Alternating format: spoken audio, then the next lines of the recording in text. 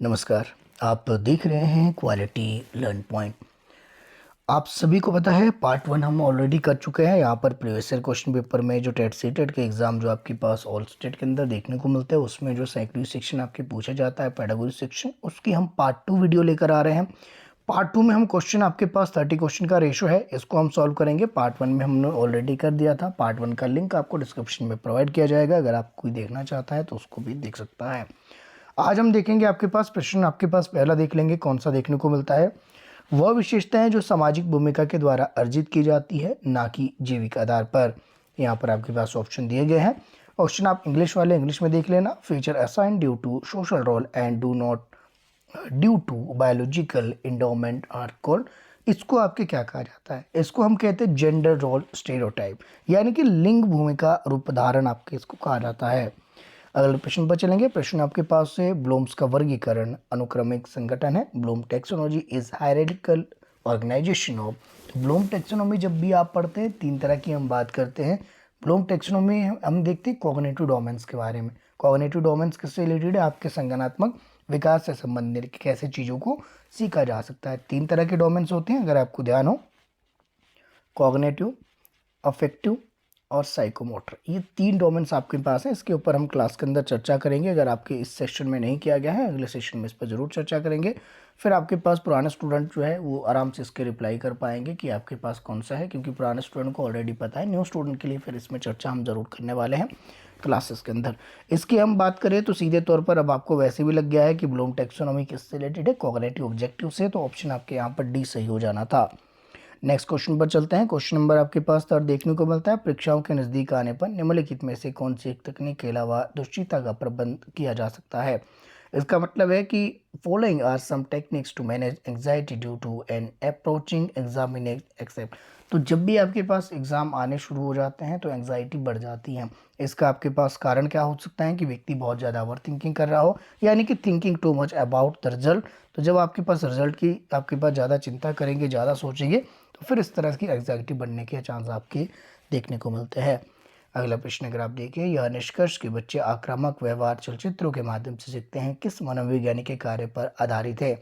यानी the conclusion the children can learn violent behaviour depicted in movie may be derived on the basis of the work done by the following psychologist। तो कौन आपके ये व्यक्ति थे?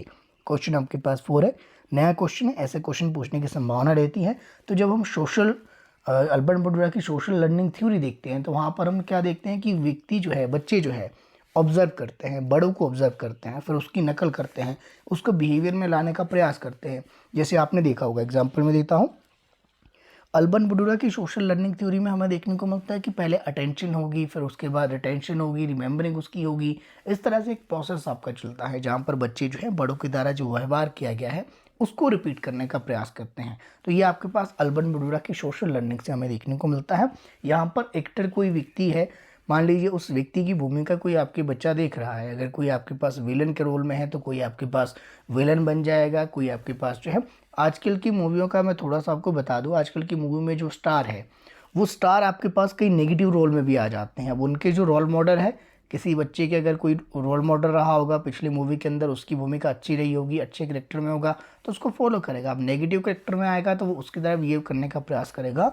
तो ऐसे में अगर आपके पास बच्चे जो है उस तरह का व्यवहार देखते हैं मूवियों के माध्यम से, उस तरह का व्यवहार करते हैं, जैसे आपने एक डायलॉग सुना होगा, झुकेगा नहीं साला पुष्पा वाला।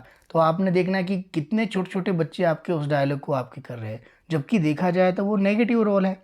अब एक व्यक्ति आपके पास से चोरी कर रहा है लाल चंदन की, क्या उसको अच्छा माना जाएगा? लेकिन बच्चे क्या है, उससे देख रहे हैं, उससे सीख रहे हैं, उस डायलॉग को प्रयोग कर रहे हैं। तो ऐसे में जो है आपके पास उस तरह का व्यवहार अगर आपके बच्चे सीखते हैं मूवी के माध्यम से, तो इसको हम क्या कहेंगे? इसको सोशल लर्निंग थ्योरी। इसको ऊपर किसने काम किया था? अल्बर्ट बंडूरा ने इस पर काम किया था। नेक्स्ट, प्रतिभाशाली बच्चे होते हैं gifted childrens are. Gifted children कैसे होते हैं? क्या कन्वर्जेंट थिंकर होते हैं, डाइवर्जेंट थिंकर होते हैं, एक्सट्रोवर्ट होते हैं, वेरी हार्ड वर्किंग? ये प्रश्न बहुत बार एग्जाम में रहता है, तो उसको जो है गलत करने की संभावना आपकी नहीं होनी चाहिए। तो ये आपके पास गिफ्टेड जो चिल्ड्रन होते हैं वो अभिसारी चिंतन वाले होते हैं, यानी कि कन्वर्जेंट थिंकर आपके ये माने जाते हैं। ऑप्शन आपके पास यहाँ पर फर्स्ट सही हो जाएगा। नेक्स्ट पर चर्चा करते हैं, बच्चों का चिंतन प्रौढ़ों से गुणात्मक रूप से भिन्न होता है, इससे समय बीतने के साथ परिवर्तन आता है, किसके द्वारा ये प्रस्तुत किया गया था? Children thinking is qualitatively different from adults and that is change over time. Ideas was presented by, एक इसका आइडिया था आपके पास। क्वेश्चन नंबर 6 को ध्यान से समझना। तो जीन पियाजे हम देखते हैं, जीन पियाजे क्या करते हैं, अपने अनुसार अपनी जो है चीज़ों को जो है खुद से आपके पास सोचना शुरू कर देते हैं, अपनी एक दुनिया बसाते हैं, अपनी एक थिंकिंग लेकर आते हैं, अपने जो है आइडियाज़ आपके जनरेट करते हैं। तो ये किसका मानना था? ये जीन पियाजे का मानना था। जीन पियाजे की जो थ्योरी है, हमने उसके बारे में जब चर्चा की थी, तो हम ये देखते हैं कि बच्चे अपनी समझ का खुद आपके विकास करते हैं, ऐसा जीन पियाजे कहते हैं। अपनी थ्योरी के अंदर भी उसने कहा है कि बच्चे अपने हिसाब से हर एक चीज़ को जो है सीखने का प्रयास करेंगे, पुरानी वाली चीज़ों से जोड़ने का प्रयास करेंगे। हालांकि वो चीज़ें कई बार आपके पास रिलेट कर पाएगी और कई बार आपके रिलेट नहीं कर पाएगी। जहाँ रिलेट कर पाएगी वहाँ पर वो उससे सफल होते हैं, जहाँ पर रिलेट नहीं कर पाएंगे उसके द्वारा वो चीज़ों को दोबारा से न्यू इन्फॉर्मेशन के माध्यम से एकोमोडेशन करने का उसमें प्रयास करेंगे। अगली चीज़ हम देखते हैं, प्रश्न आपके पास 7 क्या देखने को मिलता है, भाषाई सापेक्षता प्राकल्पना जिसके अनुसार भाषा विचार की अंतर वस्तु का निर्धारण करती हैं, यह मत किसके द्वारा प्रस्तुत किया गया है? यानी कि the linguistic relatively hypothesis that process that propose the view that language determine the contents of thoughts was presented by। तो linguistic relatively hypothesis की जब भी बात की जाती है तो इससे संबंधी जो हमें मत देखने को मिलता है वो एक ही व्यक्ति है। वो व्यक्ति आपके पास बेंजामिन ली वॉल्फ। तो बेंजामिन ली वॉल्फ, आपके ये नाम आपने नया सुना होगा, इसके ऊपर एक बार जरूर आपने थोड़ा सा गो थ्रू कर लेना है कि ये व्यक्ति कौन है। ऐसे 1-2 प्रश्न आपके आउट ऑफ सिलेबस देखने को मिलते हैं, तो यही चीज़ें तो आपको इस वीडियो के माध्यम से पता लगेगी कि अगर प्रश्न आउट ऑफ सिलेबस रहा तो किस तरह से रहा। तो आपने क्या करना है, इसके ऊपर ध्यान ना देकर, द लिंग्विस्टिक रिलेटिवली हाइपोथेसिस पर ध्यान ना देकर इस व्यक्ति को पढ़ना है कि इसने जो है साइकोलॉजी के क्षेत्र में, एजुकेशन साइकोलॉजी के क्षेत्र में किस पर काम किया है। ये प्रश्न एग्जाम में 1-2 बार रहते हैं। अगला प्रश्न आपके पास, जब पूर्व अधिगम नए अधिगम में सहायक होता है तो यह किस प्रकार का अंतरण है? When period learning facilitate new learning it is called transfer of learning. तो किस तरह की ट्रांसफर ऑफ लर्निंग आपके कहा जाएगी? तो आपके पास ऑप्शन आपके यहाँ पर दिया, जब पूर्व अधिगम नए अधिगम में सहायक होता है, यानी कि आपके पास पहले सीखी गई चीज़ दूसरी चीज़ को सीखने में मदद कर रही है। हम इसको ट्रांसफर ऑफ लर्निंग पढ़ रहे हैं, किसकी? थॉर्नडाइक की। थॉर्नडाइक ने 3 ट्रांसफर ऑफ लर्निंग की बात की थी। जब पहले कोई सीखी हुई चीज़ दूसरी चीज़ को सीखने में मदद करे तो उसको पॉजिटिव ट्रांसफर ऑफ लर्निंग हम कहते हैं, यानी कि ऑप्शन सी बिल्कुल आपके सही हो जाएगा।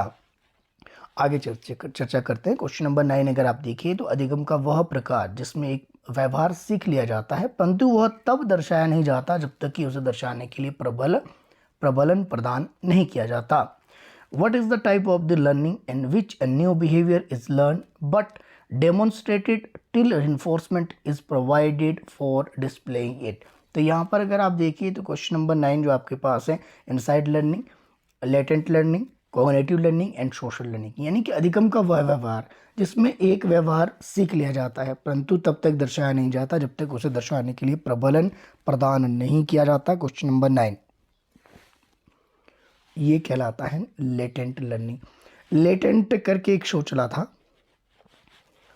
इंडिया गोट लेटेंट, आपने सुना हुआ, चर्चा में रहा और अभी आपके हाल ही में बैन हुआ है। और ये लेटेंट लर्निंग क्या होता है? लेटेंट लर्निंग को हम इस तरह का एक हुनर किसी व्यक्ति के अंदर हो जो कि छिपा हुआ हुनर होता है, उसको प्रदर्शित करने के लिए आपको जो है एफर्ट करने होते हैं, किसी व्यक्ति को प्रोत्साहित करना होता है कि अपने छिपा हुआ हुनर को बताए। इंडिया गोट जो आपके लेटेंट था, लेटेंट का मतलब ही यही होता है। लेटेंट का जो वास्तविक शाब्दिक अर्थ हम देखते हैं वो आपके क्या माना जाता है? जो छिपा हुआ आपके पास टैलेंट है, एक ऐसा व्यवहार जो कि आपके पास अधिगम के द्वारा एक ऐसा व्यवहार आपको जो प्रदान होता है जिसके लिए आपको जो है किसी प्रबलन की आवश्यकता होती है, आपको लोभ की आवश्यकता होती है। जैसे हम उस लेटेंट शो के अंदर भी हम देखते हैं, क्या देखते हैं कि आपको जो विनर होगा आपने अपने को खुद रेट करना है, उस रेटिंग को जब आपके लास्ट में मैच किया जाता है, अगर वो रेटिंग आपके पास जो आपके जजेस बैठे होंगे उन जजेस के द्वारा सेम रेटिंग जब आपको दी जाएगी, अगर वो दोनों आपके मैच हो गए तो आपको 1 लाख रुपीज़ का जो प्राइज़ है वो एज ए विनर आपको मिलता है। तो ये क्या है? ये लेटेंट लर्निंग आपके कहलाता है। कुछ चीज़ें ऐसी होती हैं जो आपके पास आसपास देखते हो, आप टीवी में देखती हो, चर्चाओं में रहती है, लेकिन उसके ऊपर विचार नहीं करते। अब साइकोलॉजी के हिसाब से देखिए तो हर चीज़ का अपना एक अर्थ देखने को मिलता है। नेक्स्ट आपके पास द्वितीय प्रबलक किस प्रकार का होता है? What are the secondary reinforcer? What are the secondary reinforcer? Food and water, money, appreciation, motivation and emotion. Secondary की बात की गई है, फर्स्ट की नहीं की है। फर्स्ट आपके पास अलग होगा, सेकंड अलग है। जब सेकंड की हम बात करते हैं तो सेकंड में हमें क्या देखने को मिलता है? पहले तो आपके पास क्या होगा? पहले फूड एंड वाटर, ये तो आपके लिए, व्यक्ति के लिए ज़रूरी है, यह नहीं मिलेगा तो फिर व्यक्ति जिंदा कैसे रहेगा? तो सेकेंडरी में हम इसको मनी और एप्रिसिएशन, धन और प्रशंसा जो व्यक्ति को है, वो दूसरी बात आपके पास है। धन की भी दूसरी बात है, प्रशंसा की भी दूसरे नंबर पर रखा जाता है। अगर आप धन को पहले नंबर पर रखेंगे तो खाना और पानी अगर आपको नहीं मिलेगा तो फिर आपके पास आप सर्वाइव नहीं कर पाओगे। तो पहली ज़रूरत क्या है आपको? बायोलॉजिकल जो आपको नीड्स आपकी है, सबसे पहले खाना पानी आपके पास होना चाहिए। उसके अलावा आपके व्यक्ति जी ही नहीं पाएगा। जब तक जिएगा नहीं तो धन और प्रशंसा का क्या करेगा? तो सेकेंडरी में हम इसको रखते हैं हमेशा, ये चीज़ आप ध्यान में रखेंगे। प्रशिक्षण की वह विशेषता कि जिस पक्ष के मापन का वह दावा कर रहा है का मापन क्या कहलाता है? Characteristic of a test that is ensure what it claim to measure is called. तो प्रशिक्षण की वो विशेषता कि जिस पक्ष के मापन का वह दावा कर रहा है, किस तरह का मापन ये कहलाएगा? जब प्रशिक्षण आप कर रहे हैं, परीक्षण आप कर रहे हैं, तो सबसे पहले उसकी वैलिडिटी आपके पास इंपॉर्टेंट होगी। तो ऑप्शन जो बी है ये आपकी बिल्कुल सही हो जाएगा। डायरेक्ट क्वेश्चन टू आंसर करते हैं, थोड़ा सा समय आपका ज़्यादा लग रहा है। मन और संयुक्त सांस्कृतिक निर्मित है तथा वयस्कों एवं बच्चों की अंतर्क्रिया के परिणाम स्वरूप उद्भूत होती है, यह मत किसके द्वारा प्रस्तुत किया गया था? वो propose that mind is the joint culture construction and emerged is a result of interaction between children and adult. ये किससे रिलेटेड आपके देखने को मिलता है? किसकी ये स्टेटमेंट आपके पास है? कोटेशन के रूप में इसको लिया गया है। तो क्वेश्चन नंबर 12 की अगर हम बात करें, ये वाइगोस्की की हमें देखने को मिलती है। वाइगोस्की की अगर आप ध्यान दे पाओ तो सोशल कल्चर और लैंग्वेज पर इन्होंने ध्यान दिया था। तो शब्दों को पहचानना है। मन एक संयुक्त सांस्कृतिक निर्मित और वयस्कों एवं बच्चों की अंतर्क्रिया के परिणाम स्वरूप उद्भूत होता है। तो अगर आपके मन की बात की गई है, अगर संस्कृति की बात की गई है, तो सोशल कल्चर लैंग्वेज पर काम वाइगोस्की ने किया था। वाइगोस्की ने सोशल कल्चर जो थ्योरी दी थी उस पर भी हम इसकी चर्चा करते हैं। तो वाइगोस्की ऑप्शन सी है राइट आंसर।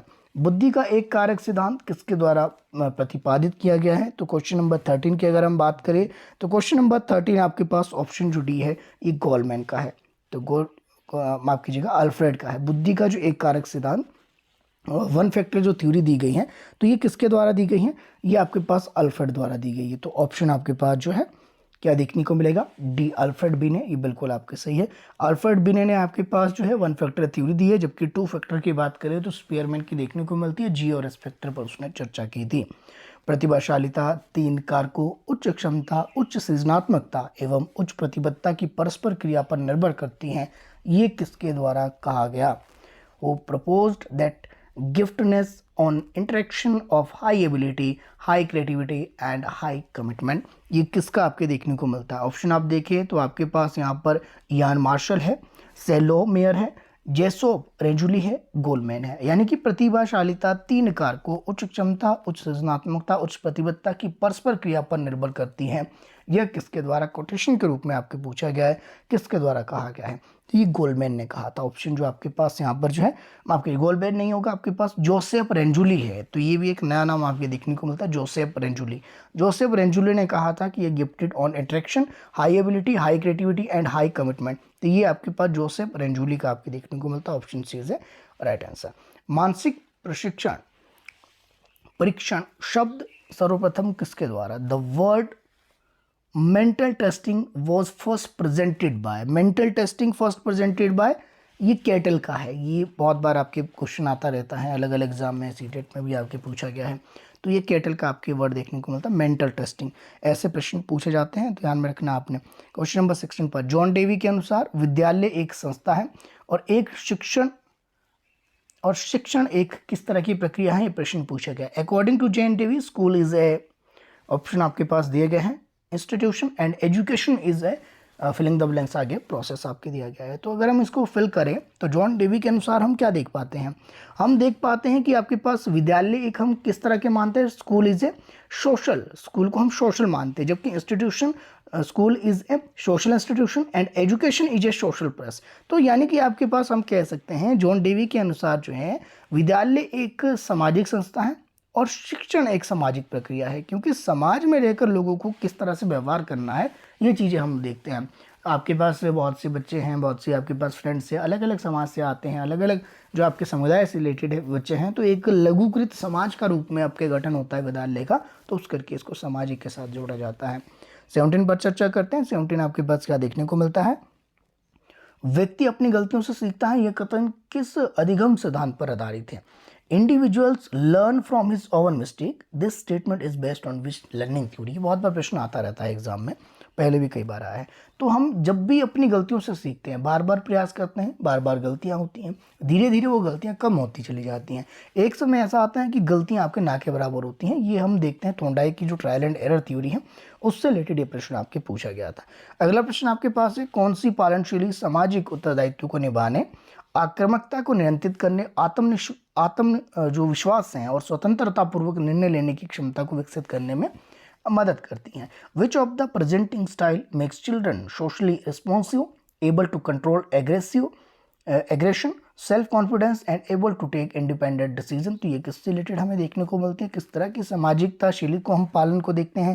तो यहाँ पर जब 18 की हम बात करते हैं तो हम देखते हैं इसमें ऑथोरेटिव रेसिप्रोकल यानी कि आधिकारिक पारंपरिक की हम इसमें बात करते हैं। तो ऑप्शन आपके पास जो है फर्स्ट सही होगा, ऑथोरेटिव रेसिप्रोकल। ये इंपॉर्टेंट आपके पास क्वेश्चन है, इस तरह के प्रश्न आपके पास आने की संभावना रहती है। पियाजे के संज्ञानात्मक विकास की कौन सी अवस्था संरक्षण की उपलब्धि है, यानी कि इन पियाजे stage of the cognitive development conservation is achieved during. तो आपके पास ये कहाँ पर देखने को मिलता है, तो संरक्षण की जो उपलब्धि किस अवस्था में हमें देखने को मिलती है। आप सभी को आपको याद होगा कि कंक्रीट ऑपरेशनल स्टेज की हम देखने को मिलता है। यहाँ पर आपके पास जो है समस्या ये रहती है कि कम ज़्यादा में फ़र्क आपके देखने को नहीं मिलता है। तो ये आपके पास कंजर्वेशन आपके पास जो कहाँ की आपकी देखने को मिलती है, तो जीन पियाजे की जो थर्ड स्टेज है उसके अंदर हम इसमें देखते हैं। तो ये इंपॉर्टेंट आपके पास है, ऑप्शन जो सी है ये आपके पास बिल्कुल सही हो जाएगा। इस स्टेज में क्या होता है, इस स्टेज में जो कम ज़्यादा का फ़र्क है वो लगभग बच्चों को समझ आ जाता है, यानी कि इतनी एबिलिटी बच्चे में हो जाती है कि वो इतना समझ पाए कि कौन सी क्वांटिटी आपके पास ज़्यादा है कौन सी कम है। पहले आपके पास क्या था, सेकंड स्टेज में प्री ऑपरेशनल में हम क्या देखते हैं कि इसमें कम ज़्यादा में फ़र्क नहीं कर पाते, लेकिन यहाँ पर फ़र्क समझना शुरू हो जाता है। पियाजे के अनुसार संज्ञानात्मक विकास के चरण की विशेषता है कि वह क्या है। अकॉर्डिंग टू पियाजे the stage of cognitive development है a characteristic that is they are, यानी कि फॉर्मल, इनफॉर्मल, रिवर्सिएबल यानी कि इरेंसिबल। यानी कि पियाजे के संज्ञानात्मक विकास के चरण की जो विशेषता है वो किस तरह की आपकी मानी जाएगी। जो उसने विकास की अवस्था मानी थी वो कैसी है, इरिवर्सियल है। इरिवर्सियल मतलब क्या हुआ कि पियाजे ने ये कहा कि पहली जो स्टेज है उस स्टेज में बच्चे इतना ही सीख पाएंगे, यानी कि जो है इमिटेशन कर पाएंगे बच्चे, यहाँ पर जो है सेंसरी के ऊपर आपके पास जोर देकर आपके पास उनको समझने का प्रयास करेंगे। दूसरी स्टेज में हम जो विशेषताएं देखते हैं उसी के ऊपर बात कर पाएंगे। यानी पियाजे कहता है कि इसको चेंज नहीं कर सकते।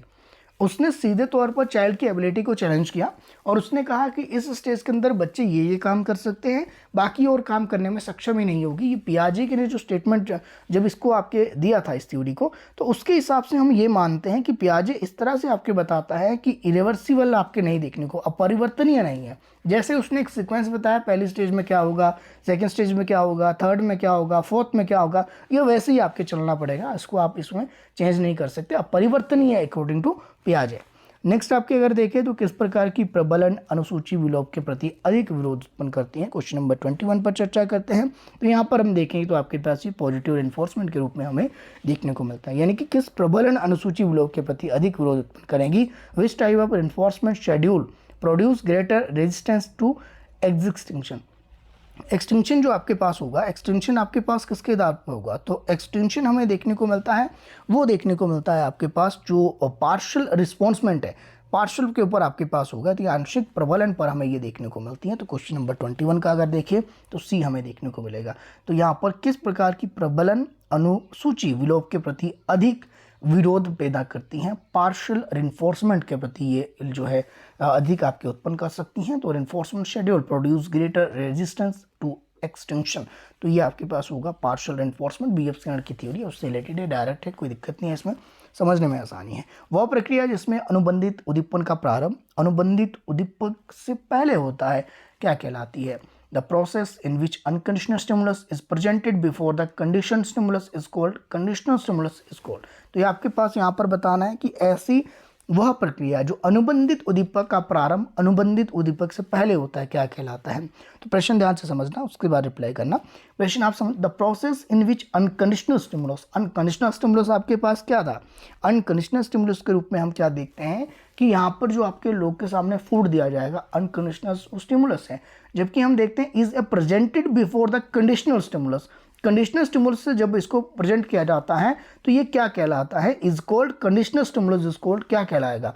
तो ये आपके पास बैकवर्ड कंडीशनिंग कहलाएगा। ऑप्शन जो आपके पास ये डी है, बिल्कुल पश्चगामी अनुबंधन इसको हम कहेंगे। तो 22 का जो है डी आपके बिल्कुल ये सही हो जाएगा। इस तरह की टर्म्स आपने जो हो सकता है थ्योरी के अंदर ना पढ़ी हो, लेकिन ये टर्म्स आपको ध्यान में रखना है। ये डायरेक्ट क्वेश्चन आपके नहीं रहते हैं, इनडायरेक्ट रहते उसी से। अगर इसको समझने का प्रयास करेंगे तो आपको आराम से समझ आ जाएगा कि सहकालिक अनुबंधन, विलंबित अनुबंधन, अवशेष अनुबंधन ऐसा नहीं है। ये बैकवर्ड कंडीशनिंग आपके कहला जाएगा, जो कि पहले आपके कही गई है, यानी कि पहले का मतलब है पश्चगामी।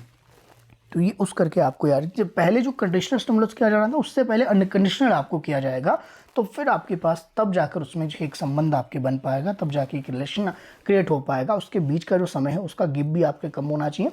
ये सारी चीज़ें किशोरों द्वारा तर्कपूर्ण चिंतन की कुछ चीज़ें वैसे ही क्यों हो रही है एवं क्रमबद्ध तरीके से समाधान ढूंढने की प्रक्रिया को क्या कहा जाता है? Logical thinking by adolescent that why something is happening the way it is and systematically six solution is called. तो 23 की अगर हम बात करें तो इसको हम कहेंगे हाइपोथेटिकल डिडक्टिव रीजनिंग के तहत हम कहेंगे, यानी कि जब किशोर एक तर्कपूर्ण चीज़ें सीखने का प्रयास करता है।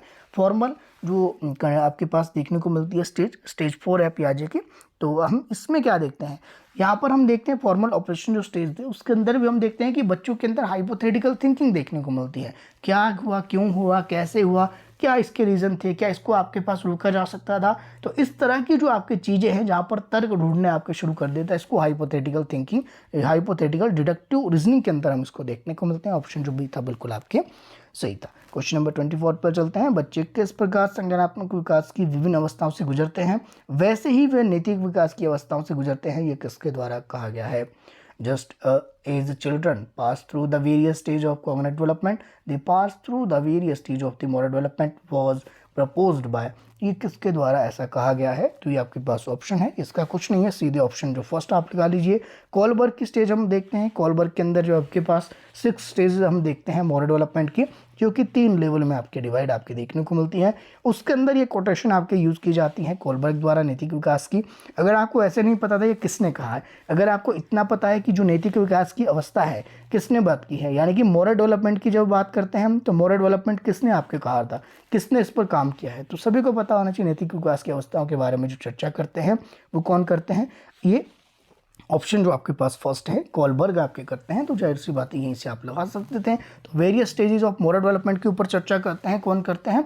कॉलबर्ग करते हैं। तो ऑप्शन फर्स्ट आपके सही है। अगला प्रश्न आपके पास है शीर पदाभिमुख शारीरिक विकास से अभिप्राय है। तो यहाँ पर ऑप्शन अगर आप देखिए 25 के, तो आपके पास ऑप्शन जो बी है लंबे की आपके पास बच्चे की जो है increase the height and weight of children से रिलेटेड हमें देखने को मिलता है। तो फिजिकल डेवलपमेंट रेफर कर रही है सीधे तौर पर, यानी कि आपके पास सिर से जो है पैर की ओर विकास होगा इस तरह शीर पदाभिमुख। तो आपके पास ऑप्शन आपकी कौन सा होगा? तो आपके पास यहाँ पर बच्चे की लंबाई है, वजन में जो वृद्धि होती है, ऐसे प्रश्न आपके पास पूछा गया है। तो ऑप्शन बी बिल्कुल आपके सही हो जाएगा। नेक्स्ट आपके पास है बुद्धि में व्यक्तिगत विभिन्नता का मुख्य कारण क्या हो सकता है। क्वेश्चन नंबर 26 की अगर हम बात करें तो क्वेश्चन नंबर 26 आपके पास क्या होगा? बुद्धि में व्यक्तिगत विभिन्नता का मुख्य कारण क्या है? What is the main reason for individual differences in intelligence. तो 26 की अगर हम बात करें ऑप्शन जो सी है heredity and environment is a right answer. तो व्यक्तिगत विभिन्नताओं की बात करते हैं तो व्यक्तिगत विभिन्नता में आनुवंशिकता और वातावरण है, ये दोनों आपके प्रभाव में आपके आएंगे। तो ऑप्शन जो सी आपके पास दिया था ये बिल्कुल आपके ठीक हो जाएगा। घंटी की ध्वनि पर लार स्राव को क्या कहा जाता है? यानी कि किससे रिलेटेड है, क्लासिकल कंडीशनिंग से। Celebration in response to the sound of bell is called, ये हमने क्लासेस के अंदर बहुत डिटेल में किया, अगर ये भी गलत करोगे फिर समस्या रहेगी आपके लिए। कंडीशनल रिस्पॉन्स हम किसको कहेंगे, CR इसको हम कहेंगे, तो ऑप्शन जो है सी है, बिल्कुल सही हो जाएगा।